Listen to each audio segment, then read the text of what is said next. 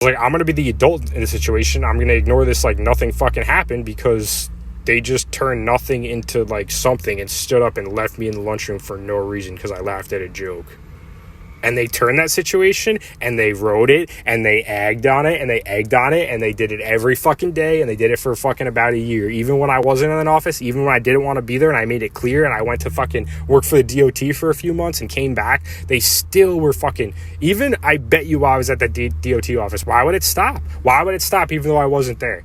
It was there every day. They did it. Every day I interacted with any of them, they turned it into. And then if I didn't have, the worst part was when we had like social meetings in that office and I didn't have anxiety and I'm sitting there, people literally, not gonna name names, kids from my fucking high school that worked there. Oh, I guess we're on our best behavior today. As if I needed to have anxiety in that office for everything to be okay so they can continue to say what they wanted about me, continue to make fun about me. My anxiety, it was created in that office. And, like, I had anxiety from other situations. I had anxiety from being hit on by dudes around that time at bars. Being hit on dudes by my fucking high school that I thought were my friends. Because that happened around the same fucking time. Having anxiety from my family making fun of me. Like the time when I went to the Giants game and I talked about it. And I was playing with a family friend's little kid. And my brother-in-law and his whole family's making fun of me the whole time and making me seem like the weirdest fucking weirdo ever. Oh, you're such a cool brother-in-law, you fucking loser. No, you're a fucking loser. That's not coming back. And like, all that shit happened around the same fucking time. And then that stupid company, oh, we know what we're talking about. We're going to talk to everybody about how we feel about you. Well, guess fucking you did what you wanted to do. And now I got to talk about it for as long as I have to talk about it for. So thanks for doing it. You did it for yourself too. I'm sure it's really my Google reviews, honest opinion about how I felt about your company and how I felt working there. I'm sure that's really done great things for you, propelled you to find future clients. So you did this all to yourself. And now I have to be a public spokesperson as my channel grows for everything that I've been through. I have to be a public speaker globally for social anxiety, for workplace harassment, because there's a need that needs to be filled, not only in the community where I worked, but in this fucking world, because nobody, even up to this point, wanted to fucking listen to me. And nobody thinks that kids that work at a fucking company would act that fucking way. But they did, and that's why we're here talking about it. Like, I wouldn't spend... Let's look at my, like, track of my life, for example. I wouldn't spend, since the time I was, like, 16, 17, like, 2 or 3 years just pumping out iron, thinking about women in my high school, thinking about women I had crushes on in my high school, working out in my parents' basement. I wouldn't do that for 2 to 3 years. Then I wouldn't go off to college, basically become a womanizer, and spend either half the time in the library or half the time trying to meet women, spending money on women at the bars, wasting thousands of dollars over the course of probably since the time I was old enough to go to the bars till the time I was about 27, we'll say 6 years. I've spent thousands of dollars trying to pick up women and meet women at the bars, and then I realized that was a fucking waste of time. One, because of how fake and superficial those women were.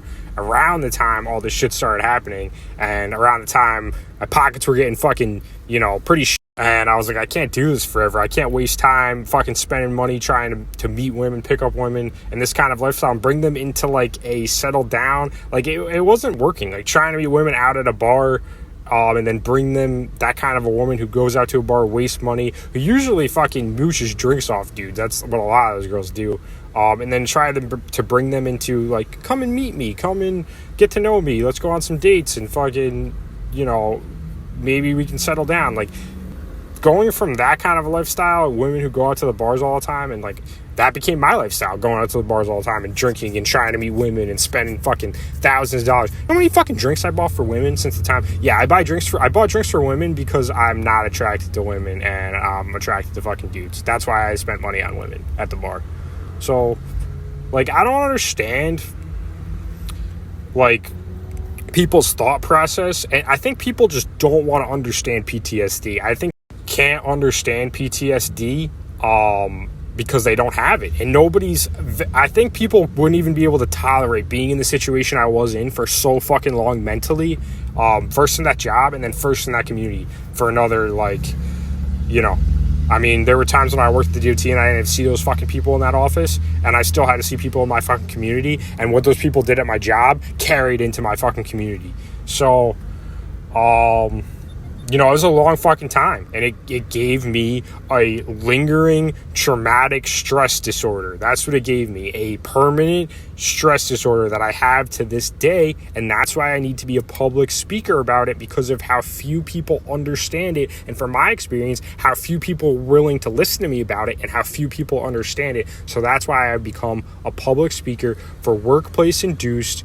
I mean, that's my specific situation, but for anybody who has socially induced PTSD and you don't have to go off to war and experience some traumatic experience, or be in some fucking gang in California to experience some traumatic fucking one-time experience to have PTSD. If you go through a mental situation for an extended long period of time that's habitually induced over and over again on a daily basis, and is aggressively, intentionally put there, and it's not by you, most likely that's going to give you some form of PTSD. And every time I've tried to explain this to people, they want to turn it into that's a feeling you've had your whole life, and that's no, this never happened until people started making fun of me at my job, and then now I have this fear that everybody around me is going to make fun of me, or everybody around me disrespects me, or everybody around me doesn't think about me the same way that I think about me.